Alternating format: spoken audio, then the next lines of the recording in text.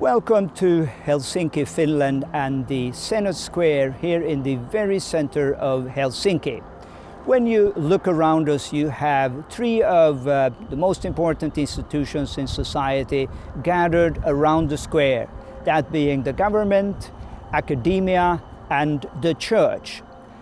Under normal circumstances, thousands of us, Friends of Israel here in Finland, would have gathered on this Senate Square today, on the 5th of September, to wish the Jewish world Shana tova. But as you all know, circumstances today does not permit large gatherings in most of the world. Instead, we accepted the invitation of the Bishop of the Evangelical Lutheran Church, the Diocese of Helsinki, Teemu Laajasalo, to sit down in his office together with the head of the Jewish communities here in Finland, Jaron Nadbornik, to discuss the relations between the Jewish community and Finland at large.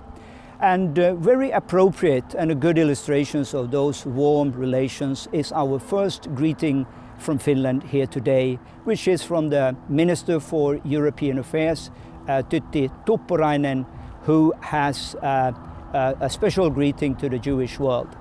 But from all the rest of us here in Helsinki, we say Shana tova.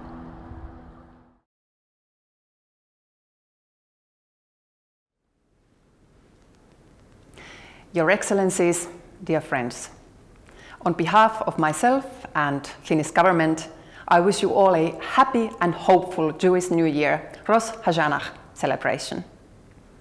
Welcoming New Year is a chance to look back and reflect the past and raise hopes for the future.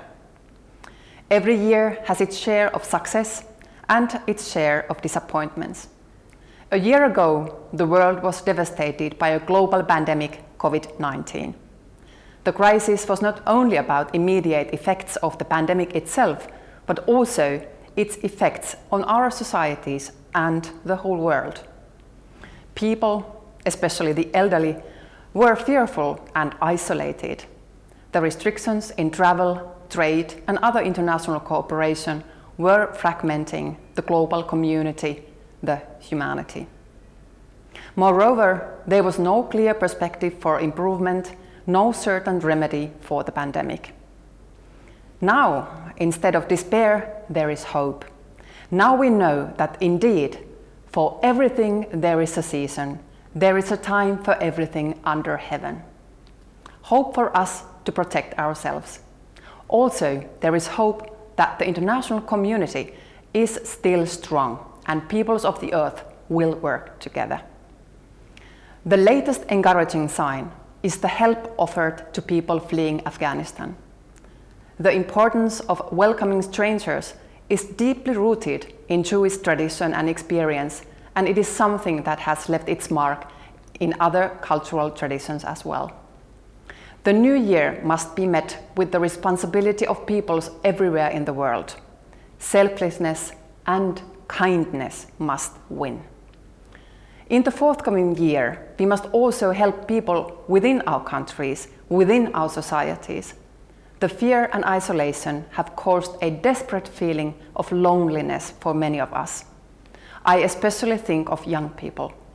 We must help people lift this burden, and this is something anyone can do, anyone can contribute.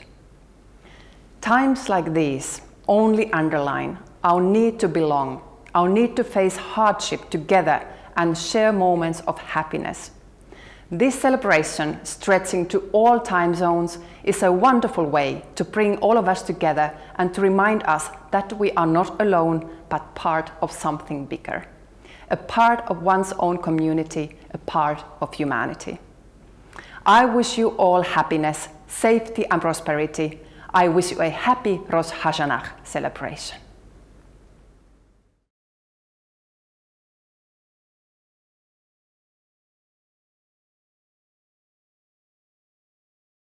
Shalom from Helsinki, Finland. My name is Thomas Sandell. I'm the founding director of European Coalition for Israel. And today, for our Rosh Hashanah greeting, I am joined by Jaron Nadbornik, who is the head of the Jewish communities in Finland, and by Teemu Laajasalo, who is the bishop of the Evangelical Lutheran Church of the Diocese of Helsinki. So, gentlemen, pleasure to have you on the program. Thank you. If I start with you, Jaron, how is it to be Jewish in Finland, this exotic, rather homogeneous country so far up in the north? Well, Finland, of course, a lot of people have this image, even Finnish people themselves, that it's a very homogeneous country, or it has always been. But not many people know that already in 1865, 1% of the population in Helsinki was speaking Yiddish as a mother tongue. So Jewish people have had a long presence, and other minorities as well, here for several hundred years already. Being Jewish in Finland it's a good life, a very normal life.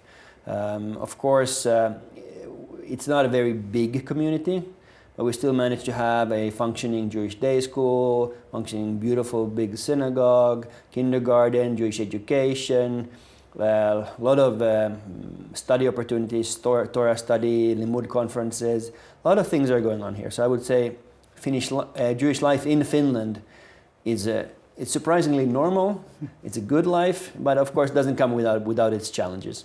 Mm-hmm.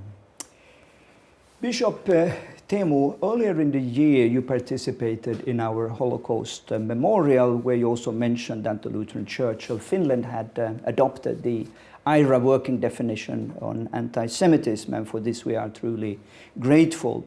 But more broadly speaking, what is your relationship with the Jewish community in Finland? Well, first of all, thank you for having me. This is a nice place to be. It's an important conversation. We have had some really good Jewish family friends through generations. I think at least through 3 or 4 generations. So my relationship is quite personal. And I think through those relationships, my thoughts have widened concerning Jewish religion and also many other questions. That's very good to hear. As a side note, I could mention that when the Jewish synagogue was hit by anti-Semitic and Nazi graffiti some 2 years ago, civil society, as largely speaking, reacted very swiftly by showing support to the Jewish community, and we had clergy, including from the Muslim communities, and government ministers really expressing their support, and this is, of course, very important. Anti-Semitism today, of course, is often linked to the state of Israel, and Jews are being attacked around the world because of the state of Israel. Jaron, what does Israel mean to you as a Jew in Finland? Well, of course, anti-Semitism doesn't need even Jews to exist. It doesn't really need the state of Israel to exist for there to be anti-Semitism. Most anti-Semitism that we have in Finland is in rural areas, small cities without any Jews. So that is already a phenomenon that it's very old and continues existing.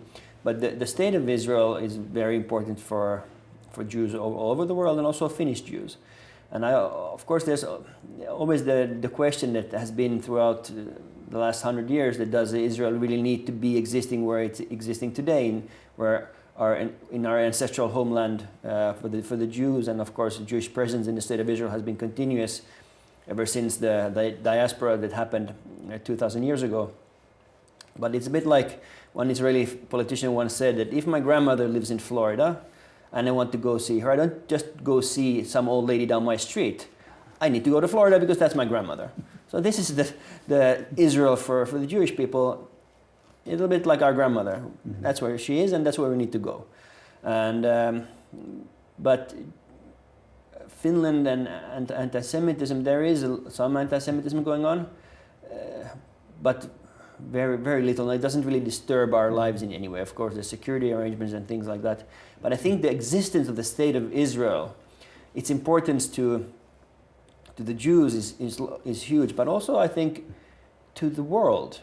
It is a country that is the only functioning democracy in the Middle East, where discord, debate, differing opinions, And actually the beautiful coexistence of different religions is possible today and happens. And it's so very normal that you don't even notice it. Yeah. You might sit in a cafe and a religious Muslim woman walks by and a Coptic priest walks the other direction, and a Jewish guy with a kippah is serving you a coffee, a Muslim lady is selling you bread, and it's not so normal. It's so very normal. And I think in Europe today we have a lot to learn from that. Absolutely. The acceptance of others and the fact that another person's religion doesn't necessarily have to take away from what we have.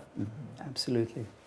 Bishop Teemu, the church has often had a complicated relationship with the Jewish people, but also to the Holy Land.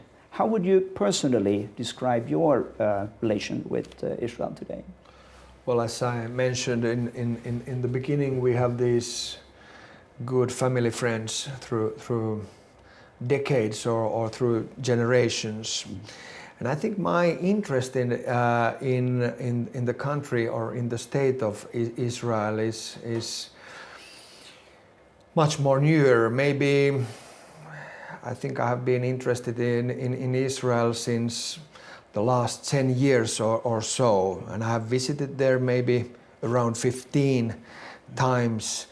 And I must say that I'm always fascinated about the state of Israel. It's full of miracles and full of treasures. Of course, the main thing also for me is that it's the Holy Land. But it's also, as Jaron mentioned, place of diversity and dialogue and so on. It's center point, a vital center point from diplomatical or military or political or historical point of view, and also a center point for art and architecture, academy, technology, and food culture, of course. So there are many reasons, endless reasons to be interested in Israel and to love Israel. But if I can add also, you were talking about anti-Semitism, and you also, Thomas, I think that we all should be concerned about the rise of anti-Semitism, and from my point of view, it has also, of course, the old faces, but it has also some new forms. And I think the rise of a new kind of anti-Zionism has quite often, not always, but quite often, somehow implicit roots in the hatred of Jews. And our obligatory is to be determined to fight against that kind of anti-Semitism. Yeah. I was once in a Holocaust memorial event where the Finnish foreign minister said that he's very happy that the Jewish community has such good relationship with the police, and we have police security especially for high holidays and sometimes during the week as well. And I said I'm also very happy that we have a good relationship with the police, but actually I wouldn't like to have a relationship with the police at all. I would hope that we will need the police to kind of like practice our religion in a Western European country. And I think when you mentioned Israel being a hotspot for military, it is. But would they like to have a military? I don't think they would. I think it's a timely statement to make, the connection between anti-Israelism and anti-Semitism, and especially because we are now marking the 20th anniversary of the Durban World Conference Against Racism, which very sadly turned out to be something very different, and it led to the spread of new anti-Semitism around the world. So I'm glad we're having this conversation. But Jaron, very shortly you will be celebrating Rosh Hashanah. And of course here in Helsinki, when we celebrate the Gregorian New Year, we meet on the Senate Square, and there are lots of people there, and we'd actually hope to do the same on this occasion, but if it wasn't for the sanitary restrictions. But tell me, how is Rosh Hashanah, the Jewish New Year, recognized in Finland? Well, it's not in general recognized in the public calendar. We do get a letter from the Prime Minister congratulating for the new year. But besides that, it's a time of reflection for Jews. It's a time where tzaddikim, or like holy people, are inscribed, like religiously, like stand right up, like people who are like living the best life that they can, in a way, like upright people, are inscribed in the Book of Life. And then most of the rest of us by Yom Kippur hopefully will be also inscribed in the Book of Life. So it's a time of contemplation. We ask for forgiveness. We talk about and think about the things we did with other people, to other people. And of course, we'll think a lot about God as well. But God is only part of the picture. The other part of the picture is our relationship to the other people. And, to apologize when you did something bad. And, even if you don't think you did something bad, you should also maybe apologize. So it's a very precarious time in Jewish life, but a very exciting time. Yes. By the way, we don't have any grudges, so you don't have to call me. But thanks for saying that. Yes, and on the contrary, we had a very good working relationship this year, and we are so grateful here in Helsinki, and also as a coalition, to work so closely together with local Jewish communities. Gentlemen, thank you for taking the time to join us for this global Rosh Hashanah Celebrate Israel Marathon, which started in Samoa and will end in Guatemala. And of course, for Helsinki, it's very important that Finland is also on that map. So from all of us here in Helsinki, we wish Israel and the Jewish community around the world a good and sweet New Year 5782. Toivotamme Israelille ja juutalaisyhteisölle kaikkialla maailmassa hyvää ja makea uutta vuotta. Shana tova umetuka.